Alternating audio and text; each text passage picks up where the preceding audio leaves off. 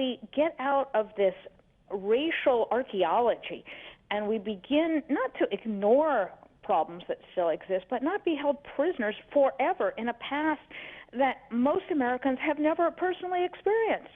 I think it is time to stop using this both as a crutch or as a method of stirring up his base, because it doesn't solve anything. It makes people more distrustful of one another, and it convinces people that the justice system of which he is in charge of now is somehow corrupt and dishonest. If this were, the opposite way, and it was George Bush, and it went the opposite way, and it was right-wingers, white bigots or race baiters saying the opposite things, the media would pound them to death. But the media eats it up because that's how they feel. Yeah, I think it's this very destructive codependency they have, and it's very tempting for politicians like our president, because he knows he can make those people jump when he screams. And I think that it's both sides of the problem. We have to elect better people. Yep. And I don't mean people who agree with us. I mean people who are better people, who are better than this president. And I mean that very directly. I do not think that this man is a good person.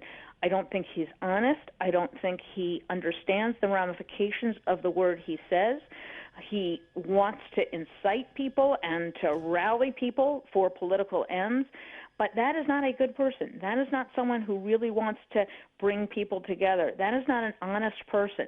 And I think whatever your ideological predispositions, we have to elect decent people to public office. There's not going to be any getting around that.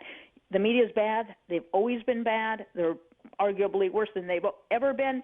But ultimately, I can't elect the New York Times editorial board. Right. I'd like to. But I can't elect the President of the United States. I can't elect senators, congressmen. So I think, if anything, this should reinforce people of goodwill and their efforts to find decent people. And whatever we do, whether I agree with someone ideologically, you have to examine the strength of their character, their honesty, their willingness to use issues to Absolutely. pit Americans against one another. And this president has just been the worst. Yep, Absolute worst. I agree with you.